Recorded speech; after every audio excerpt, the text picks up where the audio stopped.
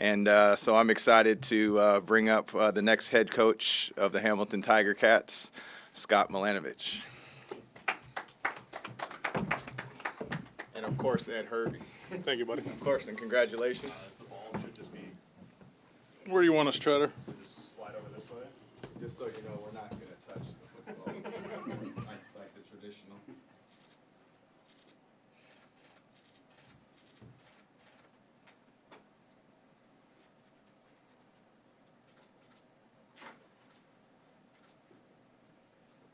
All right, thank you. Good. Thank you.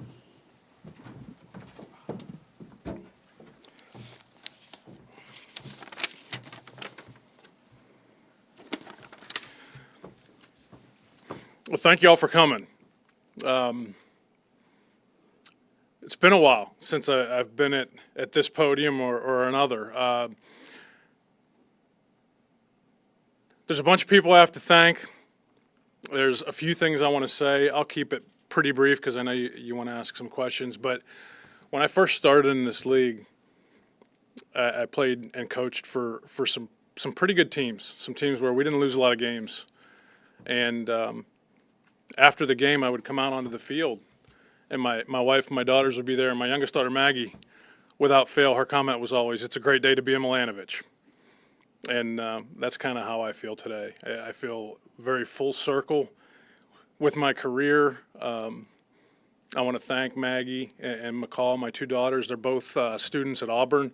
McCall is graduating this weekend with a degree in social work, so I'm going to be heading down to Alabama.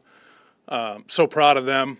Anybody that's a parent, I think, can understand that, but maybe the best compliment you can ever get, I've gotten a few times from them, but when you have children that are borderline adults, which I consider my 20-year-olds to be borderline adults, and they send you the text that says, "I'm proud of you, Dad," that's about as good a thing as you can ever hear. And so it is a great day to be a Milanovich, and I'm very proud of them, and they know that. My wife, Jamie, we're doing this now going on 25 years. I've taken her all around the world to do this, Calgary, Europe, Florida, Indiana, I mean, all over the world, and it couldn't be done without her. Just like any other organization, we've kind of figured out our roles, and when Dad's gone, she's found somehow found the energy to be both dad and mom, and so I'm very thankful for her for that. I'd like to thank Bob Young, Scott Mitchell, the Hamilton Sports Group. What an amazing opportunity they've presented me with. What amazing responsibility they've presented me with. I know the expectations. I'll talk about that here in a little bit, but I'm really excited to work with them and get to know them better and get to work. Orlando, he spoke a little bit. I'm going to talk about him a little bit more, but him and Ed are the guys that I'll be working with most directly. Can't say enough about them. I've known O for 13 years. Again, I'll hit him up a little bit later. Ed I've known about for about the same time, but only this year have I gotten to work with him, and I can tell you, he and I think, are cut from the same cloth. So I think every day when we come to work, I'm going to look forward to seeing their faces and utilizing their intelligence and history and experience to help make this a better deal going forward. As far as my story, I think a lot of you know it. I'm going to give you a little brief background just so I can make some points. But I grew up in Butler, Pennsylvania, in a steel town. And I grew up in a family of rabid Pittsburgh Steelers fans. And I tell you that for a reason. And when I say rabid, I mean like there were days, I remember when we used to sleep out on the concrete outside of Three Rivers Stadium in sub-freezing temperature so that we could be in line to get playoff tickets. There are some stories where I may or may not have worn a Carhartt overall to games so I could stuff Iron City Lights into the pants. Sorry, Roonies, but that's just the way it is. And I say that because I grew up in a fan base very similar to this one. And it's another reason why I feel like things are full circle for me. I understand the passion. I share that passion. It's just a different black and gold team. I've been on both sides of that passion. And when I, worked up the street here, I was on a negative side of some of that passion sometimes, so much so that the story goes that this year when I came over to the other side and my wife and daughter were at the game, and she said, "Hey, I think our seats are by the Box J boys." And I said, "Oh, might be a long game for you guys." And the interesting thing was they kind of took him in. They loved him, and they treated him like their own. It was all of a sudden, "Hey, you're one of us now. You're part of our family now." So shout out to the Box J boys. I hope now that I'm the head coach, you'll continue to treat my family with the same kind of respect that you did this year. But I'm excited to be here. I grew up with a dad that was an athletic director, a high school football coach. He taught me how to play the game. He taught me how to lead. He taught me how to be a man. My mother was a nurse, and all throughout high school and my childhood, she was going back to college to get another degree, to get a master's. By the time she retired, she was the president of the University of Pittsburgh Medical Center Home Health Care Division. I have a sister that is a doctor and is a partner in medical practice, all of them still in Pittsburgh. I have a younger brother that is senior vice president of finance for a restaurant chain. And I bring it up because I want you to know the background. Where I grew up, failure wasn't an option. It didn't really matter what you did, but you were going to do it and you were going to do it well. And if there's one thing that I hope our team takes from me over the course of time, it's that. It's that we've got to find that mindset where, hey, we're burning the ships. There's no turning back. And there's going to be setbacks. We all understand that. There's going to be adversity. But the one thing, and I won't make you many promises, the one thing I will promise you is we're not going to back up. We're not going to back up. We're going to go after this thing with guns blazing. I had many meetings with Scott, many meetings with O. A couple days ago, I had a meeting with the other owners. And great meeting. I had met Bob Young a couple times, but I got to speak with Jim Lawson and Alan Kestenbaum as well. One of the things they asked me is, what are you looking for? And I said, and why do you want to come back here as opposed to being in another league and in a different situation? And I said, the beauty of the CFL and why I love it so much is that when you guys hire coaches, you hire them to do a job, and then you let them sink or swim, and you allow them to do the job. And they loved that. Bob particularly loved that. And he said, that's the way it'll be here. One of the other owners made a statement, and he said, hey, when you win, it's going to be great. When you lose, we might want to know, why you lost. And he's like, no, we don't even want to know why you lost. Just win. Just don't lose. And I respect that. That's everybody's expectation. That's my expectation. I love the honesty. We're only here for one reason. I didn't come here to fail, to not get everybody that ring, that cup that we all want to hoist in this stadium. So that's kind of the expectation. I look forward to sharing that with our players. I look forward to sharing what they can expect from me, what they can expect from our coaching staff. When I got here a year ago, one of the things I told the offense was, I wasn't hired to be your friend. I was hired to make you better. And it's a little bit misleading. And it's true. There's going to be tough times. I'm going to challenge them. But in the last 2 hours, the amount of texts I just got one from Ben Cahoon, from Zach Calera, Chris Van Zyl. Ideally, we can do both. That's the goal. All right. I want to push them, but I don't want to push them away. I want to make them better. I hope we can do both. I hope we can be have tough times in the meeting rooms, have good times. We're going to love them when they do good. When they need to be corrected, they're going to be corrected. And the good ones want that. That's my experience. Now that I'm 50 years old and I've been a lot of different places, the Matt Ryans of the world, they want you to coach them.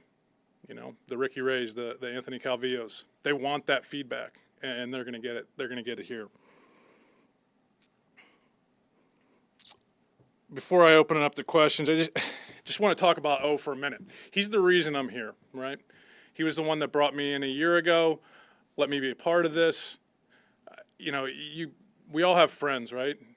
And then there's your fringe friends, and then there's the ones when I'm working in Jacksonville and he's working in Fresno, that if something happened, I could call him, and he'd either get on a plane or he'd send somebody in lieu of him. That's the kind of man he is. That's why I wanted to be a part of this, right? And so when this started coming about, I was concerned for him. Are you sure this is what we want to do, right? I wanted to make probably too many times, I'm sure I got annoying to him. Where like, are you sure you want this? Because I have so much respect for him. And the thing that it makes it so heavy for me is for a man to first of all, he's worked with me in Toronto. Now I've worked under him, so he knows me. There's no secrets. He knows both sides of it. For him to have that much trust in me is humbling. And I take it as a great responsibility. It's not one that I take lightly. I want to make him proud of the decision that he and the others have made. And I'm just honored. I'm honored to be your head coach, to be the head coach of the Hamilton Tiger Cats. I'll open it up to questions. First of all, congratulations. Thank you. What is it about the last year what have you learned from this team that's made you feel that you're able to step into this role and become a head coach again in the CFL?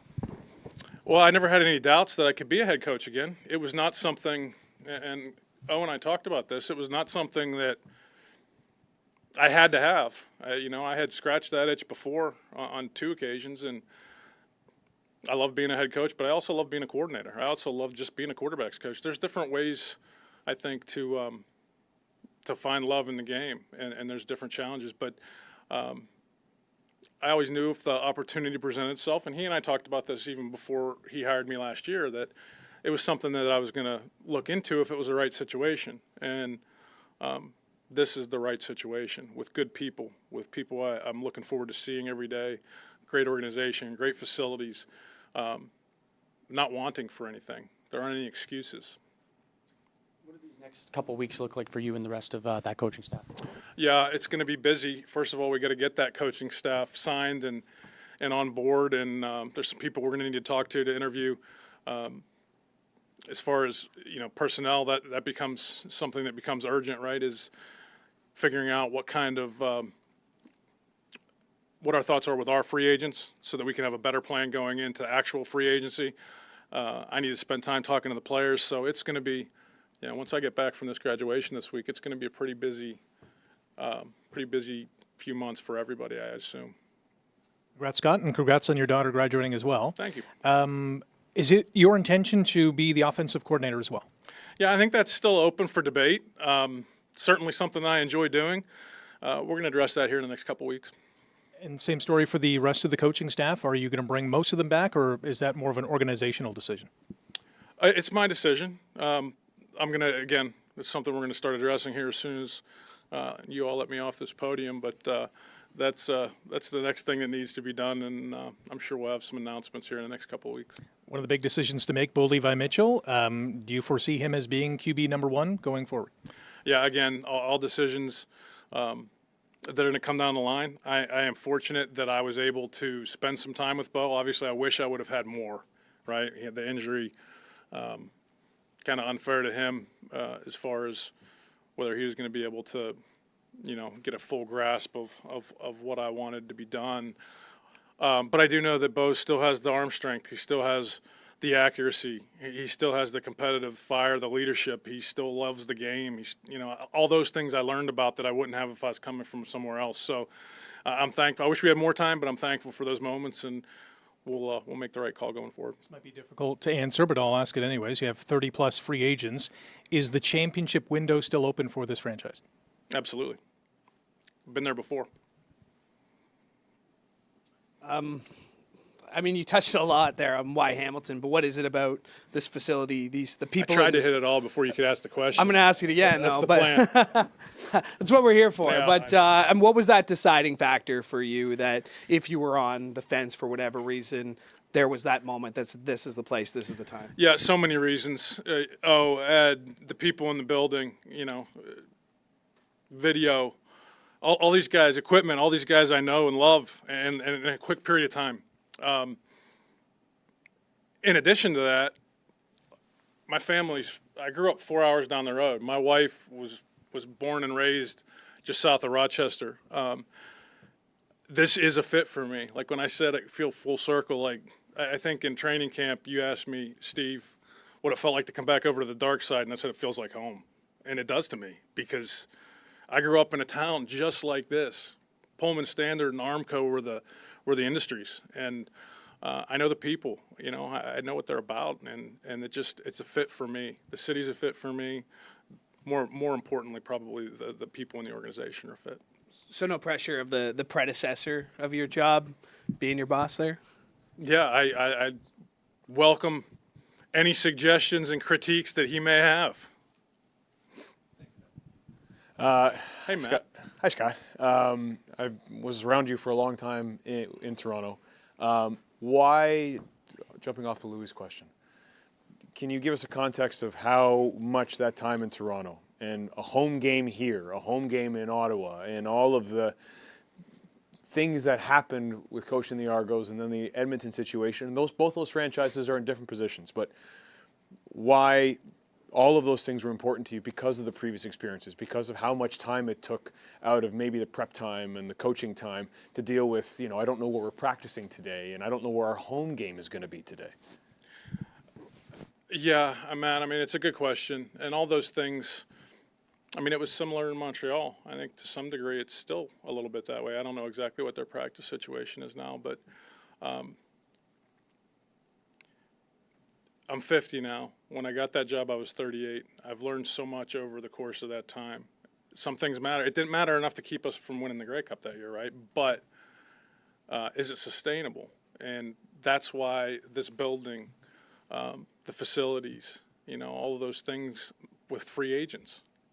Like, do you want to come in and work in this building? Yeah, guys will. Yeah, they will. So all those things play a role. But I don't know that they're, a determining factor. The benefit I had here, Matt, too, is spending 4 months with the people here. You never really know, what you're working with until you actually put in the hours, and I was able to.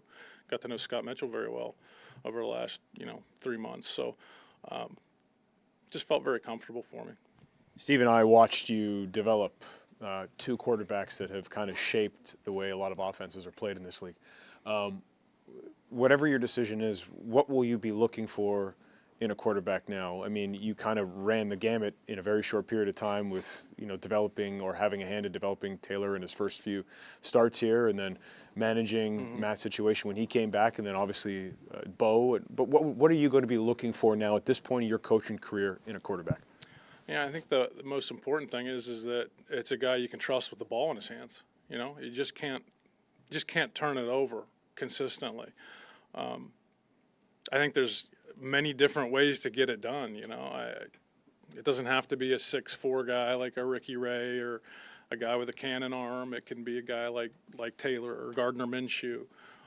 Bo can still do it. Schultz can do it in a different way. So I don't have that pigeonholed into I want a 6'2.5", 235-pound pocket passer. To me, it's the intangibles of, first of all, you've got to be accurate. If you're not accurate, we're going to have a hard time. We're going to have a hard time. I'm going to have a hard time coaching you because that's difficult. But there's different ways that you can do other things. Taylor has the ability to move around. Bo's a pocket passer. He probably has a little stronger. There's a lot of different ways that Zach was more of a playmaker, early in his career. And then now as he's a vet, he's settled into being, elite in any standard. But when I had him, he was athletic and tough and fight, all those things. So I don't have a specific answer to your question, Matt, but I do think they need to protect the ball and they need to be accurate, and they're going to have to be smart.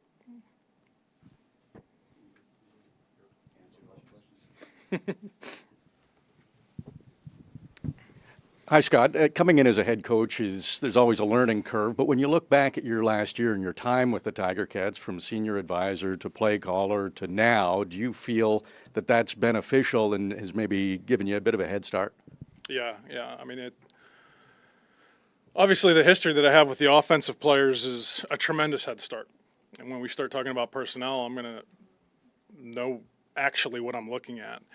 It's even, like I mentioned earlier, it's knowing guys like Drew and the video staff. It's going to be seamless. Those are you come in twice now, I've gone into different organizations from the outside, and everything's new. You don't know anybody. You don't know how banking, that's not going to be an issue here. So I do feel like we're starting with a leg up here. There's still tons, and Trevor told me I couldn't swear. There's still going to be tons and tons of work to do, particularly in the next couple of months. But I do feel like we're a leg up than places I've been in other times when I came in new. All right, thanks, guys. Thank you.